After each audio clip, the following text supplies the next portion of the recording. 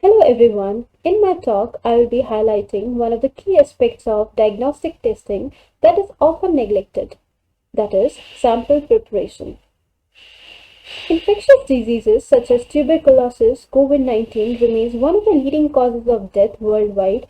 Advances in diagnosis, including the use of rapid molecular testing, however, has proved to be beneficial for the detection of these infectious diseases.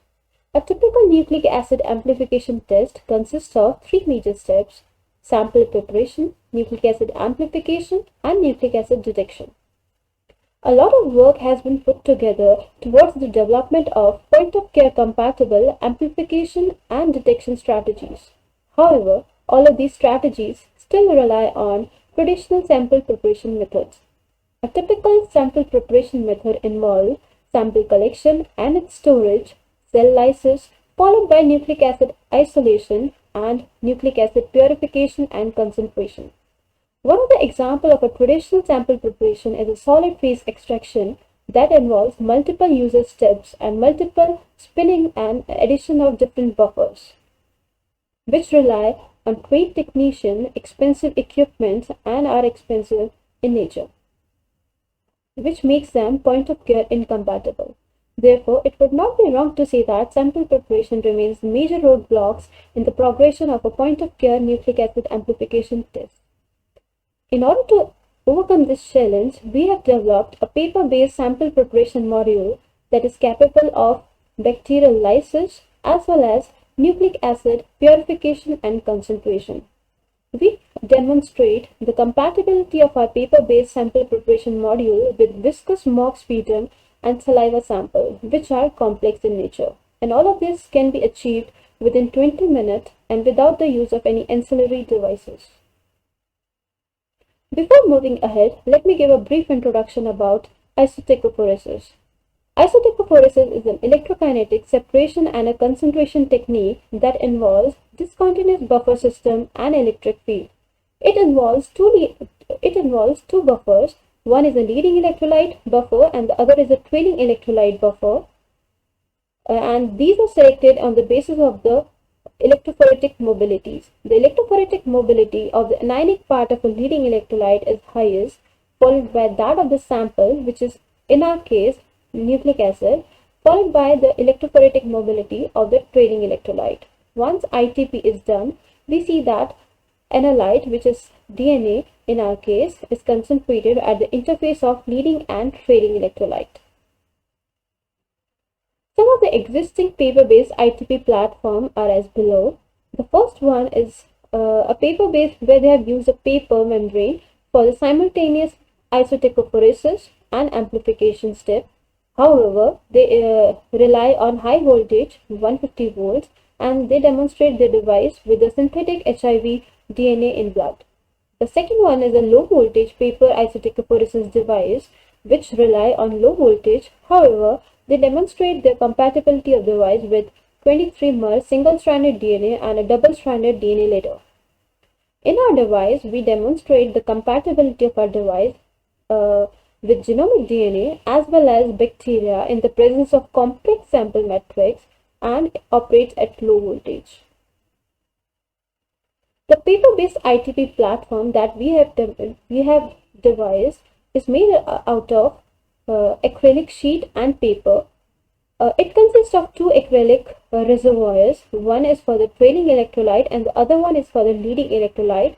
And between these two leading and trailing electrolyte reservoirs, we have foldable stacks of paper layers, which is demonstrated here with yellow color.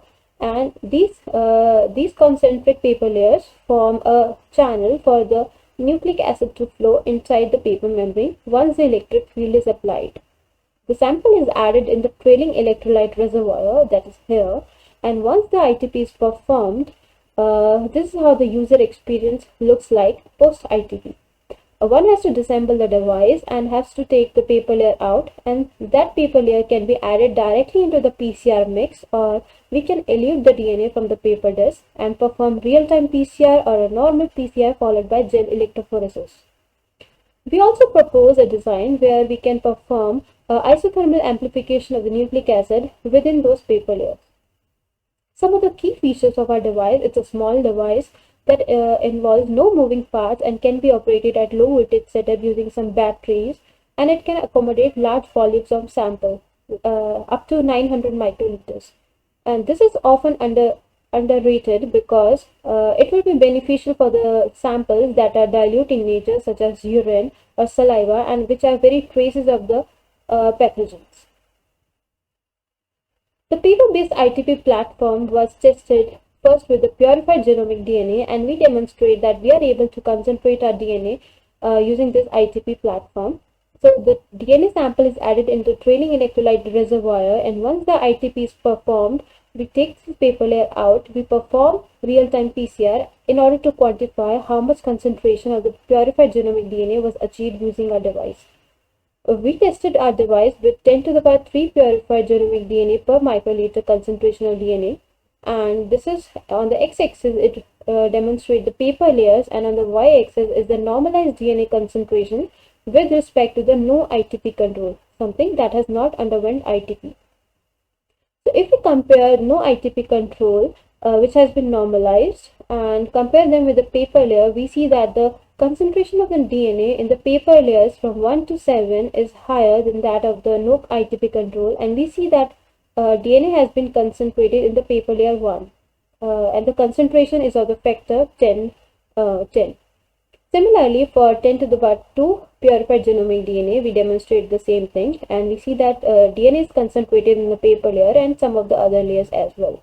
Similarly, for 10 to the power 1, we also demonstrate, in order to justify that it is because of the ITP that we are seeing this concentration of genomic DNA, we tested our device, we added our sample, however, we did not supply any voltage, and it's a zero voltage control, and in this we can compare the paper layers and the no ITP control, and in this case we see that there is not much concentration of the DNA. Thereby, we demonstrate a low voltage ITP device that can achieve 13x concentration of the purified genomic DNA, and this is for the first time we demonstrate concentration of genomic DNA using ITP. However, in real case scenario, we will experience complex biological samples that would have PCR inhibitory molecules. So we wanted to test if ITP platform could be used to purify as well as concentrate the genomic DNA in the presence of this complex matrix. So we simulated a mock sputum sample, spiked it with purified genomic DNA, and loaded it in a trailing electrolyte reservoir. Performed the same procedure of ITP followed by real-time PCR in order to quantify the concentration. So this is for 3x diluted mock sputum that was spiked with 10 to the power 2 genomic DNA per microliter. And if you compare the paper layers with the no ITP control, we definitely see concentration of the genomic DNA. Thereby, we can justify that our device is capable of both concentrating and purifying the DNA even in the presence of PCR inhibitory molecules. Now, next we tested our device whether we can perform bacterial lysis using our device as well as purify and concentrate the nucleic acid, since it's a known fact that electric field can lyse the bacterial cells. So in this case, we used Mycobacterium smegmatis as our sample, which was spiked in the trailing electrolyte buffer, and we loaded the sample in our trailing electrolyte reservoir, followed the same steps of doing ITP followed by real-time PCR. However, in order to test whether the bacteria is dead, in order to check the viability of the bacteria, we plated the sample before ITP and after ITP just to check if there is a loss in the viability of the bacteria. So if we compare the sample which is post ITP and the sample which we have not supplied any current, if we compare the number of colonies in both the cases, we see that the number of colonies in sample post ITP is less as compared to a no current condition, thereby justifying that we are able to lyse the bacteria. However, the cell death are not 100%, and this is the plot for the amplification plot, where we demonstrate that after performing ITP, even in the presence of bacterial sample, we are able to concentrate our DNA, and we see that there are some DNA molecules, DNA that was detected up to layer 5. And if we compare the sample with no ITP control and the sample that has gone ITP, we see a concentration factor of 36.9, in the first layer and 18.5 in the second layer.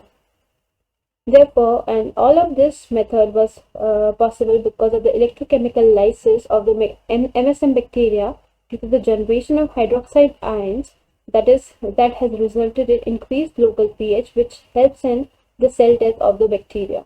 And one of the key factors of our device is that no additional PCR inhibitor molecules were introduced during the sample preparation.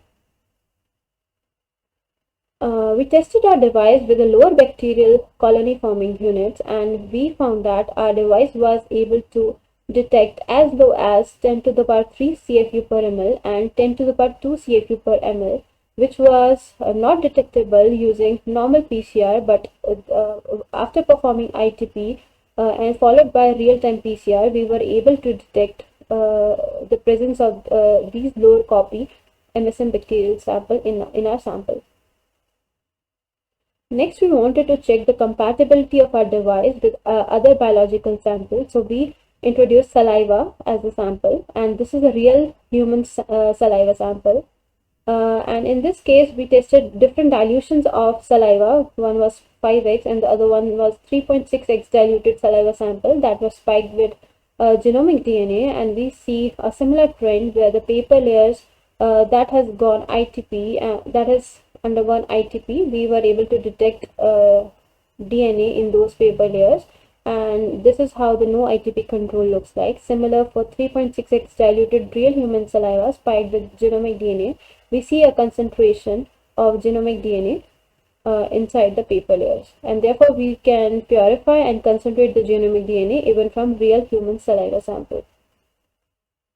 Some of the short-term goals that remain, we want to demonstrate one-step bacterial lysis and nucleic acid purification and concentration even in the presence of complex sample metrics, and reduce these multiple user steps.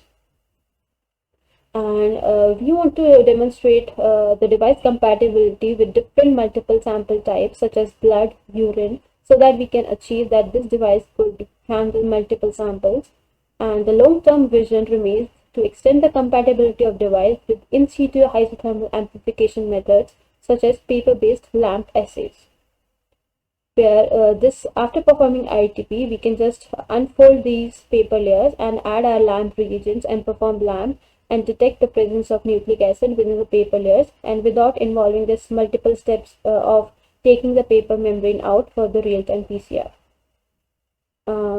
With this, I would like to acknowledge some of the funding agencies and my lab members and Dr. Bhushan Toley for his constant guidance. And if you have any further questions, I'm available on my email ID and you can contact me there. Thank you.